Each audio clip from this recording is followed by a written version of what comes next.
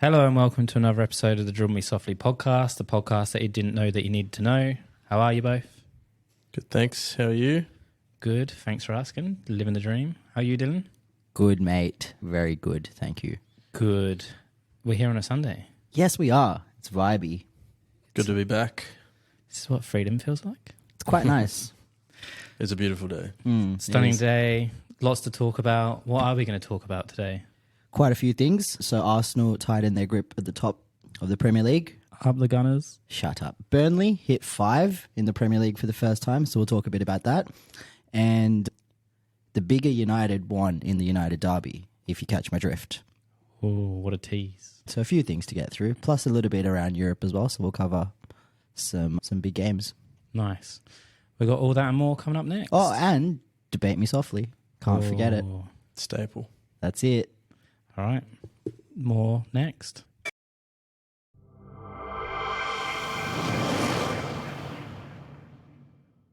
Welcome back. So, halfway through the Premier League, halfway through the footballing weekend, really. So, I thought it would be a good place to start with the game that most of us were up for this morning. The Battle of Uniteds. WWE FC versus... Shit at Football FC. Oh... See, normally that would be us being salty, but I think... But it's true. It's true.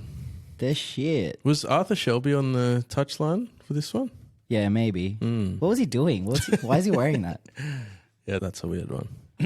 Protecting the bald head. Bloke's been watching too much Peaky Blinders. Yeah. So for our listeners, we're talking about Newcastle beating Man U or Manchester United 1-0. And the reference there is Ten Hag and he's, I don't know, he's gangster unit. What are those gear. hats called? I don't even know. I just call them farmer hats normally. Yeah, Is that what they call it in the UK? Farmer hats? I don't know what they're called in the UK. I doubt Tommy Shelby would be walking around wearing a farmer hat. What about you? Yeah, look. Just I doesn't don't have that really vibe. know. It's got to be called some gangster shit, let's be honest. Otherwise, Tommy Shelby ain't wearing it. Okay, so we've got G Ten Hag, who's focused too much on his new hat collection to, I guess, to coach the team to a victory. Either of you watch it? We've discussed it, haven't we? The game this morning? Yeah. Yeah, I've watched most of the game, yeah. Yeah, it was a great time, 7 a.m. Sunday morning. So it's a great game to watch as well. Agreed. But What do you think of the game? final result was 1-0 to the mighty Toon. Big 3 points for them at home. In all honesty, I thought Newcastle deserved to score probably 3, 4, if not 5 goals early this morning. They absolutely dominated Man U. Absolutely dominated them. What were your thoughts on the game? Oh, it was so one-sided, wasn't it? Yeah. Isn't there like such a sharp contrast between a team that's well coached? So Newcastle have got so many injuries still. Yeah, correct. They do. Still play with an identity. It's so physical as well. To be fair to United, they've also suffering from a few injuries and a lot of people still due to return, right? True. But in saying that, Newcastle, they were just all over him. I think the final stat was 22 shots to Newcastle United and 5 to Manchester United. 60-40 possession split as well. It's, yeah, you can't argue with that. It's not even as if it was set up for Man U purposely to counter-attack. It just from the get-go, they're all over him. It's just, I don't know, I felt sorry for Man U fans at this point. I don't. May it continue. They were on a bit of a win streak prior to this. They're not. I think they hoodwinked us all there, didn't they? Who They were played? playing bottom 8 teams. That's a great point, Stu. Yeah, their first 10, besides maybe City, I think, name a team that they shouldn't have beat.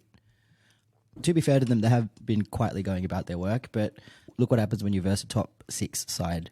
I think you can tell who's in the top 6 and who isn't when you look at that game, can't you? Such a stark contrast. Top 6, top half of the table, bottom half. Yeah. Where do Man U go from here? Yeah, it's tough. Even Rashford had a little bit of a cry when he got taken off today. So Yeah, what did he do? He threw his gloves? yeah, and then Scholes gave him a bit of a beat down in the post match. I don't know. There might be a bit more going on behind the scenes at United. They don't really look like a team, right? They're just a bunch of individuals out there not really playing for the badge, and it's telling when they go and you look at Newcastle, and these guys are up for it. They narrowly, I think they drew to PSG in the week. Yep, 1-1. Narrowly, they nearly won. They were very close to winning that game. Very contentious VAR Correct. decision in that game as well. Yeah, very contrasting teams. Just on that, life comes at you fast, but we'll get into that a bit later on. Alan Shearer had a massive cry about that one, didn't he? But yeah, look, so Anthony Gordon was the one who scored the goal in the 55th minute of the game, I think it was. He's also been quietly scoring goals, hasn't he, for him? He's just an unlikable bastard, though, honestly. He's one of those guys you just look at and you just... Do you see he called Alan Shearer's record, though? First time since Alan Shearer to score 4 consecutive home goals for Newcastle. I did not see that. Yeah, cool. Was one of them the fucking Arsenal goal? That wasn't him who scored that. Didn't Anthony Gordon score against us, or was it Joel Linton? No, it's Joel Linton because he did his WWE move on Gabriel, and VAR was like, "Yeah, that's cool, sick." Okay. Yeah, I can't remember now. I thought it was Gordon who put it in the back of the net. Fuck, is it actually? I feel like it was. No, because it come across, didn't it? Yeah, I feel like it was Joel Linton who got shoved or something, and it was Joel Linton was doing the old fucking he was doing Bubba Ray Dudley. I tried to erase that from my mind, but here we are again. Did you, just while you look at that, Stu, did you see at the pre-match press conference, Ten Hag was defending Onana, and he was saying if you look at the stats, he is actually the second best statistical keeper in the league. So is that just a reflection of a fucking shocking team in front of him? Honestly, or is it just weird stats that don't really mean anything? Yeah, statistically, sure, he might be the second best, quote unquote, but again, I always refer back to the eye test, don't I, fellas? He just shit, isn't he? He's making mistakes that I guess De Gea wouldn't have made, and the reason they brought Onana in is because they thought that De Gea had passed his prime, which he probably has, but I don't reckon Onana's the solution to the problem. I feel like De Gea was just United level. Like, he wasn't amazing. He was still pulling off the Golden Glove seasons, right? Under Fergie, he was a different beast. That was then, but that's Fergie's 10 years ago, right? Yeah. But no, I'm not sold on him. To be honest, I don't know why they... Yeah. It doesn't look like they've made an amazing decision to move De Gea on and bring this fella in. I know what happened. They probably would be in the same position. Pep was playing 4D chess. So at the end of the Champions League final, he said that Onana was the best player on the field. So United heard that. What did they do? They signed him. And he worked with Ten Hag previously, but I mean, I'm telling you. It's funny how it works out, isn't it? It's fucking hilarious. And like I said, long may it continue. Are we ever going to look back and just say we gave Pep, this isn't my opinion, are we going to say that we gave Pep too much credit? Where did this opinion come from, Stu? It's an interesting one. Because up to now, yeah, fair enough. Like the guy, and I think most would agree, guy's amazing manager. He's done it everywhere. But I just wonder at some stage if we'll look back and be like, maybe look at some of the fucking players he had as well. It's where we went with the debate before there, wasn't it? Look how he changed the league is what it's going to come down to. I agree. As well as the... he revolutionised the way that you play in-game tactics. Centre half stepping into the midfield. United, man. And he did that as well. Yeah, props to him. Yeah. But it's interesting, right? Because, let's take Alan Shearer's Premier League 260 goal record, right? One day it's going to be broken. Haaland, if he stays in league long enough, could break it. And that's the same as with managers. A new manager is going to come along one day who's going to be better than Pep. It's just the way of the world. Know who it's going to be? Who's it going to be? Granit Xhaka. Good shit. Oh, I'd take that. Yeah, I thought that's what you were going to say. Nah, I was going to say Arteta. Yeah, I didn't know. Oh, the eye rolls for the listeners. Yeah, there's a long way to go yet. I don't want to set Dylan off. Maybe it's Xabi Alonso. Yeah, could be. Yeah, it's a good save there. It's definitely not Arteta. Oh, let's not go there. Or, that's a nice segue, though, to Arsenal versus Wolves. Yep. Arsenal 2, Wolves 1. Mm-hmm. What were your thoughts? Pretty comfortable. Yeah, it was. It was a bit shaky at the end. Yeah. Because we scored 2 pretty early goals, relatively early, and then just, I guess nothing really fell after that. We had some chances, couple off the post, and Kedia definitely should have scored. And then, at the end, but they pegged one back in the 86 or something, 87th, and then the last few minutes were a bit... Silly goal, though, wasn't it? Zinchenko's just giving the ball away. I love him. He's very skillful, but he has a few lapses. He does this, I wouldn't say often, but he does it more than he should. And he tries, when you're looking for options, trying to play out.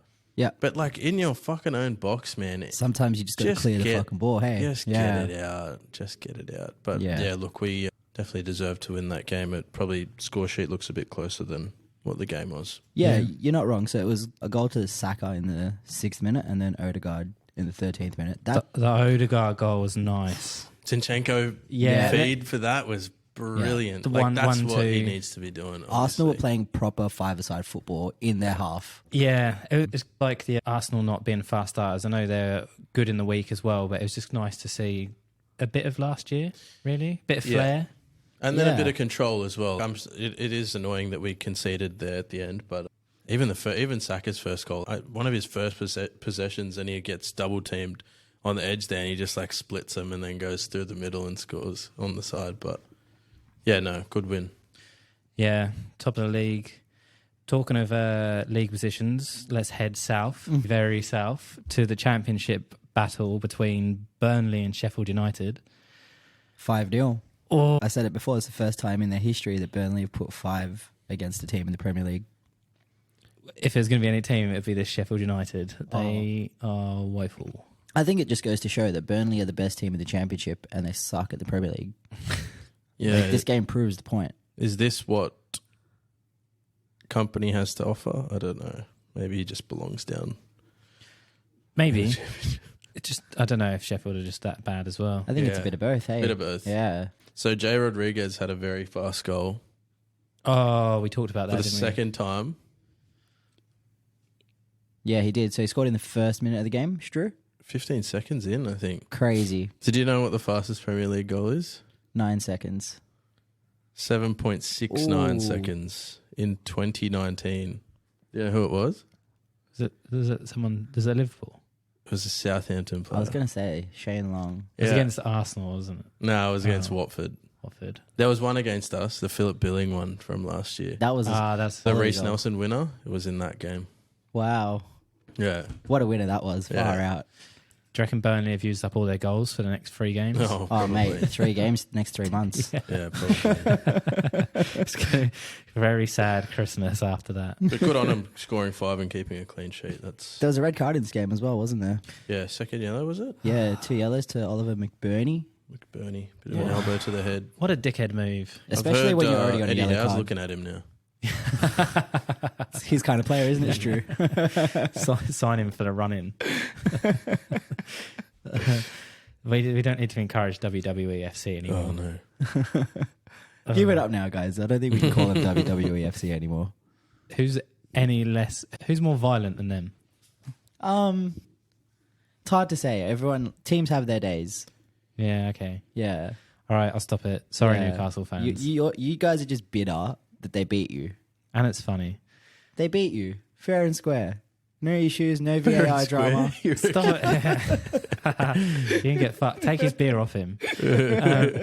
All right, let's move on before we antagonise anymore. But speaking of people that have been hard done by, let's look at Everton away to Nottingham Forest. Was it 1-0 to Everton? Was it deserved?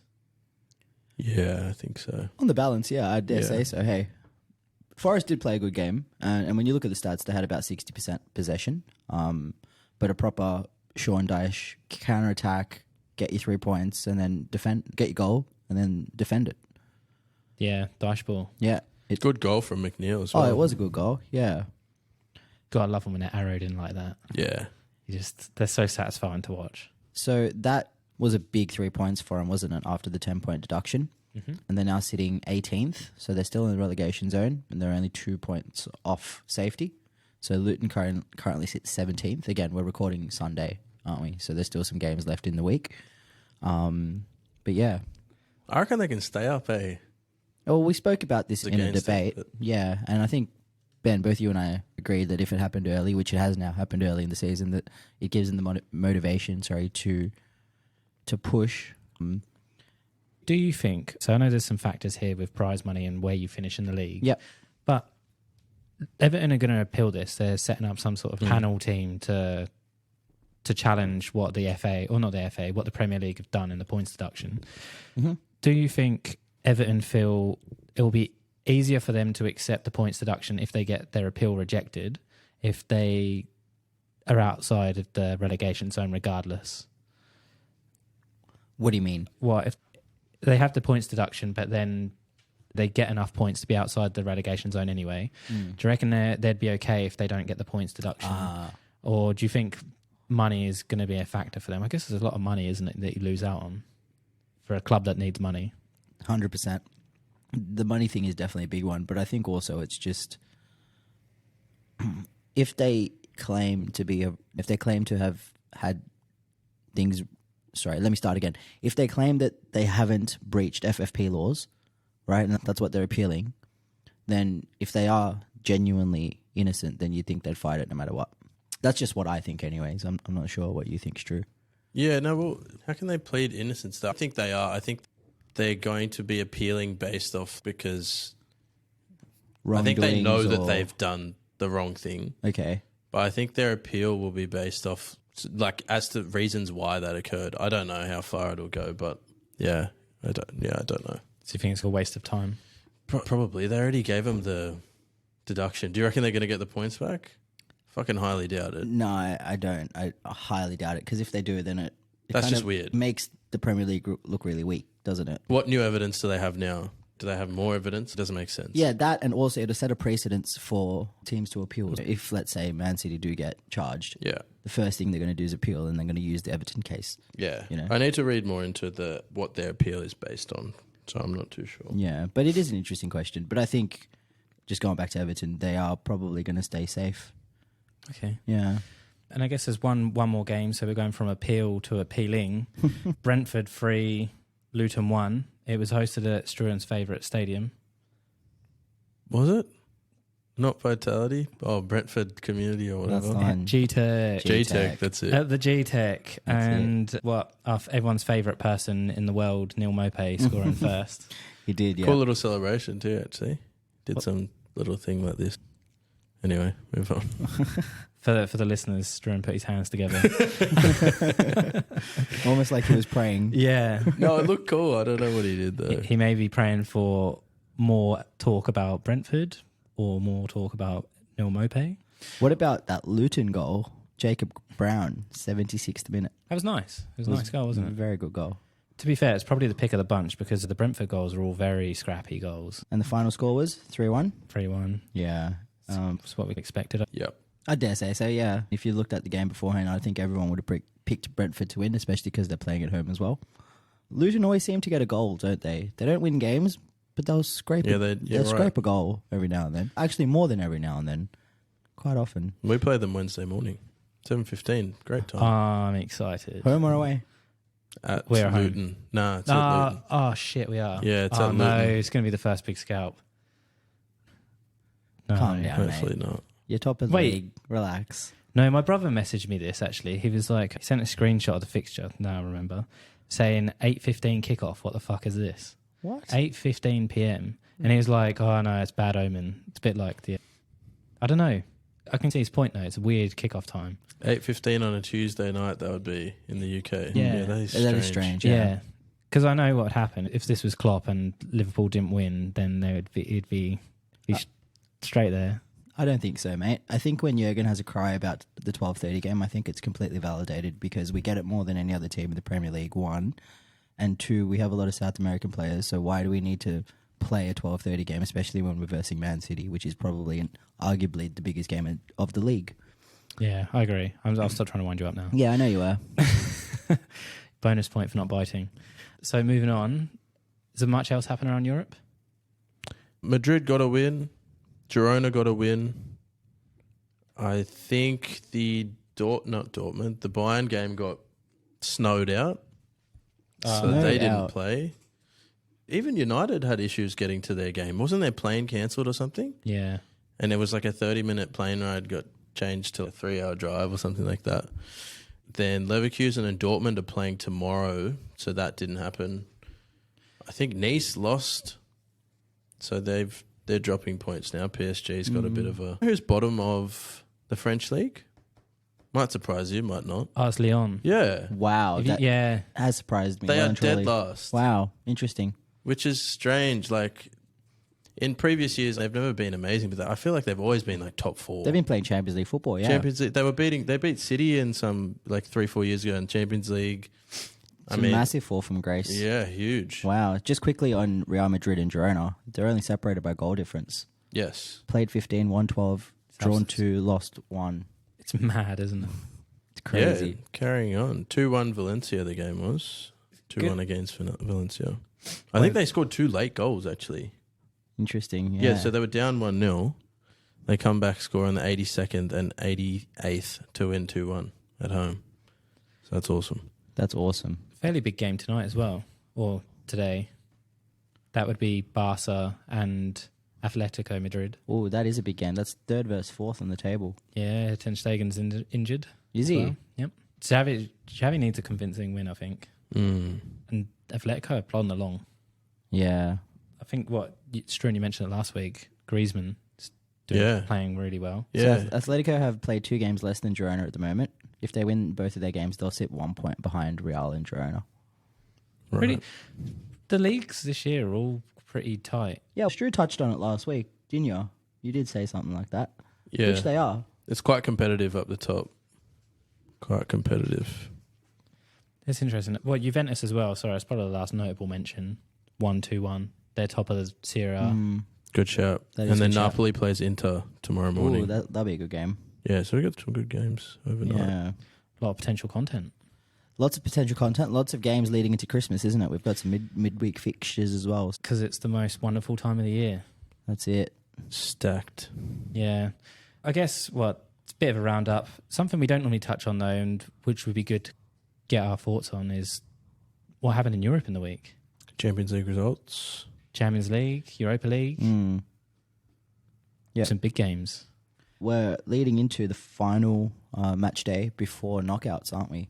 In the Champions League, Europa League and the Conference League.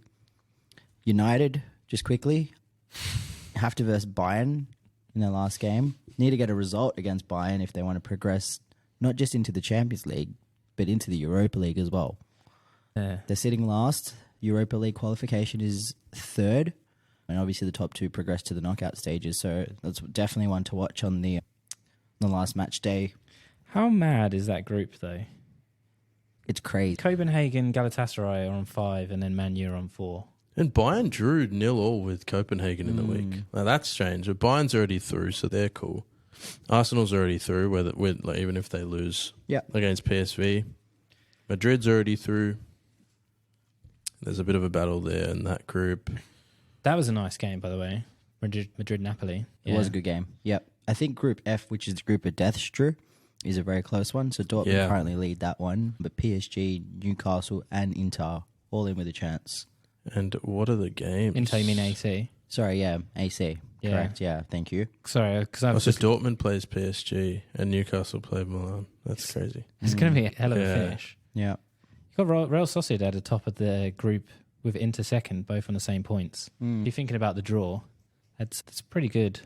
It's a pretty good game. I think even PSG finishing second would be massive. Because imagine Arsenal would draw PSG in the round of 16. It's a big game. At least we can't draw Bayern. That's true, yeah. But you can get them in the quarters. Yeah. We want that. Which, the way the fate works, will probably happen, to be honest. Maybe Serge Gnabry can score a couple own goals. Does he even play? No, not Stir as the much. pot. Yeah, I guess there's no real, other than that, there's no real standout at this point, is there? Yeah, look, we'll definitely cover some content as we progress to that last match day across all of the European leagues, the Champions League, Europa, and the Conference League, that's for sure, yeah. What about the Europa League? I know you've got an interest there. Yeah, look, we've progressed. So Liverpool have progressed to the next round, top in the group. I think, I don't know, it'll be interesting in the next round because with the next round, I think, so with the Europa League, it goes to the round of 32 before it goes to round of 16, and that's when the teams that finish third in their group in the Champions League enter. Drop down. Yeah, enter the competition. So I think from that point on, it will be an interesting league. To be completely frank with you, I've just been looking at the results, especially because there's so many games in the group stages in the Europa League and so many teams as well, so it's really hard to keep track of. But yeah, let's see what happens as we progress to knockouts. Curious to see how far Leverkusen will go. Yeah. Yep. 5 from 5. Yep, looking good. Yeah. Also, it's nice to watch West Ham as well plod along.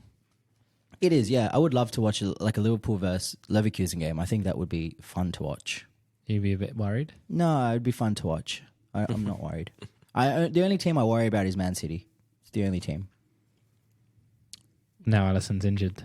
Doesn't matter. Still, Man City the only team that I genuinely worry about. Yeah. Yeah.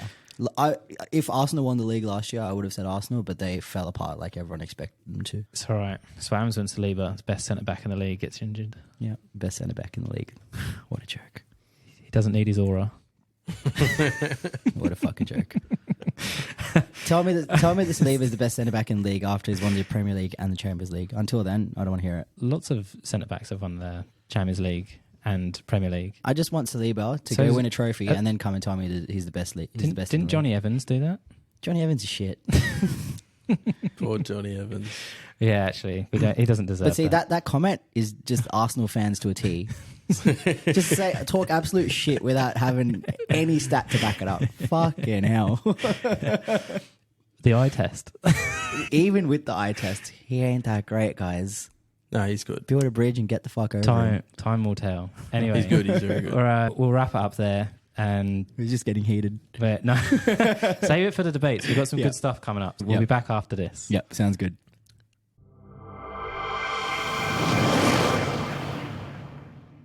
Okay, welcome back.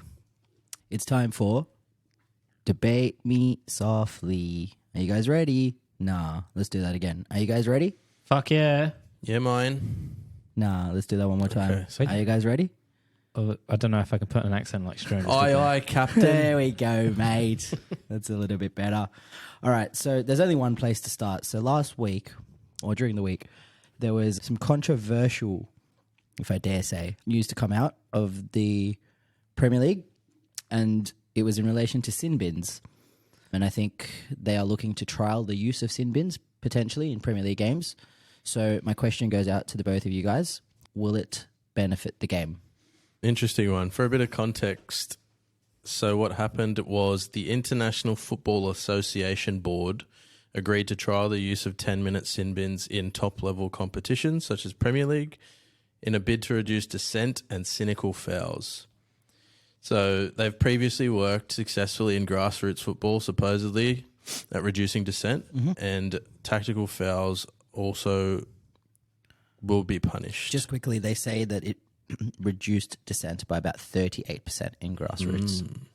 Yeah, but in grassroots football, it's just a bunch of people that are very happy to swear at referees because there's not much repercussions to it. Yeah, that's fair.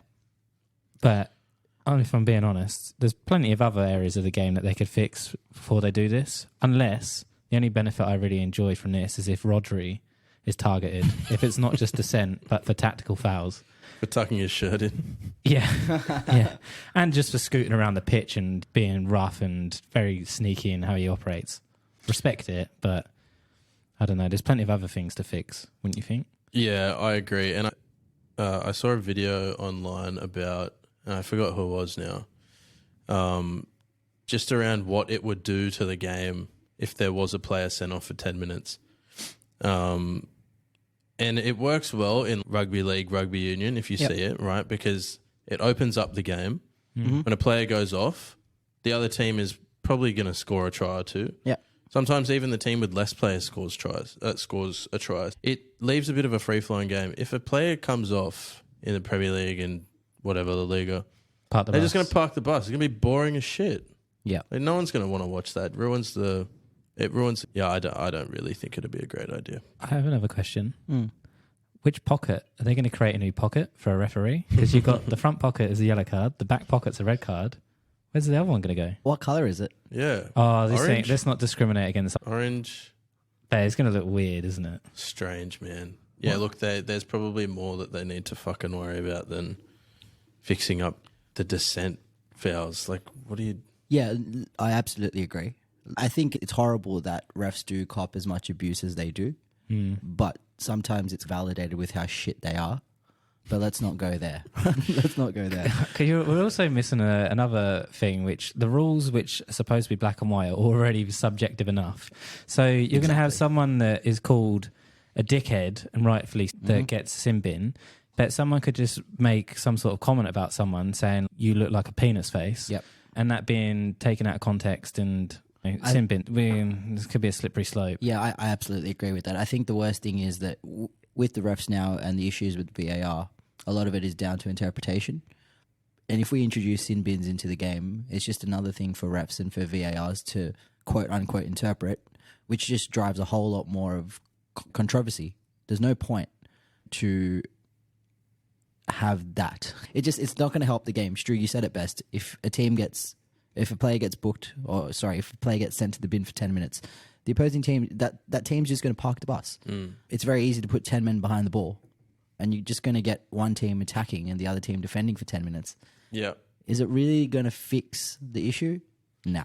It just dampens the product a bit, doesn't it? Yep. Just Makes actually it a bit bland. Yeah, just actually book people when they make the tactical fouls. That'd be helpful. Or if it happens early on, actually book them. Or replace it. Replace the yellow card with a 10-minute sin bin only. Do you reckon that works? But it's still got the same dilemma then, because then we're back to parking the bus. That's true. Yeah. That because you think about it towards the end of a game, it's still gonna be the same thing, right? If you're the team and you're winning and you commit that cynical foul, you're still going to be the ones pegged back and defending anyway. So once one less person, and you've just you've halved the chance or the risk of conceding. So, look, I think one of the main reasons we've spoken about it is for them to reduce dissent. So if they don't do it by way of sin bin, if that's not logical, how do they reduce it, in your opinion? I don't know. It's really hard. Like, how much dissent is there in the game? Because normally they're quite quick to brandish a yellow card and stuff, aren't they? Yeah, that's what I'm thinking too. Like, how often are yellow cards for dissent given out? Not that often. Don't have a stat, but yeah, not that often. Yeah, you don't really hear about it too much. And it's just the ref's way of mitigating that part of the game is by being able to draw a yellow card, which is fair enough because sometimes it gets a bit out of control. Yeah, but the thing is, if it gets out of control, just send them off. Yeah. Like, maybe that's the thing. Like, you're gonna have to make an example of a few people to get this, for people to take it seriously. That's always the case with these things. So maybe that's the way you go. You say something really nasty about the referee, and off you go. What would you need to say to get a red for dissent? I don't know if that's safe for the podcast. Let's terrible. not go down that rabbit hole. That would be terrible. Yeah. Jeez. Okay, so we're on an agreement that no. It doesn't really... I don't think it solves many problems, to be honest, or any problems that need to be solved. Yeah, no, I absolutely agree. I don't see it. I don't see a place for it in the game in the future even. No. Can't wait to see Howard Webb on TV trying to explain why it was a sin bin and it needed to be there. And then you've got like the 5 other VAR incidents happen in a game. Yeah. Yeah, it's just dumb. Like I said, it draws more eyes towards the referees, and right now that's the last thing that they need. It's a hard no. So yeah, agreed. Hard no. Sack it off. Sin bin for the sin bin. That's Sending it. off for the sin bin. Yeah, really. Maybe it's a good food for thought as we've got the rest of the Premier League weekend to enjoy. And then we'll be back for another episode of the Dribble Me Softly podcast. Is there anything else maybe we should note? No, nothing for me. It's true. All good. No? Okay. Other than catch us on all of our socials. Yeah, please subscribe. Instagram, TikTok, Spotify, all your good podcast platforms, YouTube. Just come find us. Yeah. And yeah, any thoughts or feedback, share it with us. But looking Please. forward to it. Chat with you all next week. Can't wait. Looking forward to it. Thanks, All right. guys. Thank you. Goodbye.